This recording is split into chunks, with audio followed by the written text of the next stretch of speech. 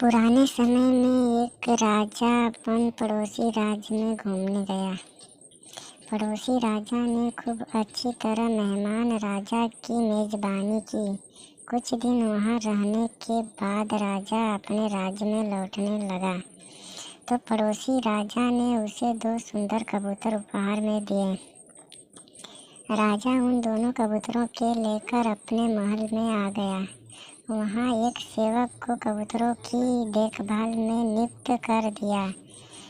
सेवक सुबह शाम कबूतरों के लिए दाना पानी का इंतजाम कर देता। कुछ दिन बाद जब राजा उन कबूतरों का हाल जानने पहुँचा, सेवक ने बताया कि एक कबूतर तो बहुत ऊंचाई तक उड़ता है, लेकिन दूसरा पेड़ की एक शाखा पर ही बैठा रहता है।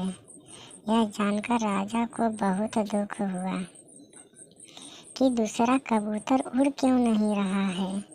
राजा ने तुरंत अपने मंत्रियों को बुलवाया, लेकिन भी यह नहीं समझ पा रहा था कि दूसरे कबूतर को क्या हुआ है। तभी किसी ने राजा को सलाह दी कि पक्षियों के जानकार को बुलवाना चाहिए। मंत्रियों ने तुरंत ही एक गरीब किसान को बुलवा लिया। किसान पक्षियों का जानकार था। उसने कबूतर के आसपास का क्षेत्र देखा और जिस पेड़ की शाखा पर वह बैठा रहता था वह शाखा काट दी।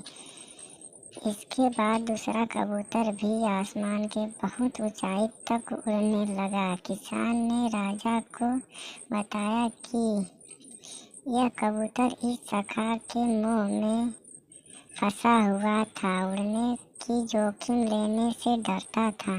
जब यह शाखा ही काट दी गई तो उसके पास उड़ने के अलावा कोई और विकल्प नहीं था। इस कारण वह अब ऊंचाई तक उड़ने लगा है। यह देखकर राजा प्रसन्न हो गए और उसने किसान स्वर्ग मुर्दाओं से सम्मानित किया। कथा की सीख। इस कथा का मूल्य संदेश है ये कि जो लोग जोखिम लेने से डरते हैं, अपने कंफर्ट जोन से बाहर नहीं आना चाहते हैं, वे ऊंचाई तक उड़ नहीं सकते, यानी अपने क्षेत्र में शिखर तक पहुंच नहीं पाते हैं। अगर आप भी कुछ बड़ा करना चाहते हैं तो आपको भी जोखिम लेना पड़ेगा।